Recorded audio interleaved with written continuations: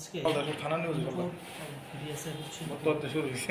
যেদিন ধরে দেখছি সব দিকে যৌথ উদ্যোগ একটা ইনফরমেশন আসে যে গজারিয়া ইন্দো বাংলা বর্ডারের কাছে কিছু ইয়াবা ট্যাবলেট দুজন লোক পারাপারের উদ্দেশ্যে যাচ্ছে। সেই মোতাবেক আমরা এডিনগর থানার পুলিশ এবং বিএসএফ এম্বুশপাতি এবং একজন লোককে আটক করতে সক্ষম হয়।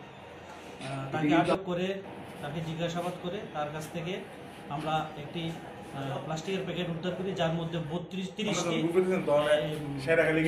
ইভা ট্যাবলেটের প্যাকেট আমরা উদ্ধার করি, যেগুলো আমরা কাউন্ট করে প্রায় 6000 ইভা ট্যাবলেট উদ্ধার করি। এবং যে ব্যক্তি এগুলো নিয়ে যাচ্ছিল পারাপারের জন্য বাংলাদেশে, আমরা তাকেও আটক করি এবং তার বিরুদ্ধে একটি এনডিপিএস আইন আমরা বলে কেস তদন্ত শুরু করব। এগুলো বাজার মূল্য প্রায় 5 লাখ টাকার কাছাকাছি। যাকে ধরা হচ্ছে সে এমনিতে কি করে? সে এমনিতে এখানে বাড়ি, বর্ডারের সঙ্গে বাড়ি। আমাদের বাকি তদন্ত চলবে ইনভেস্টিগেশনে।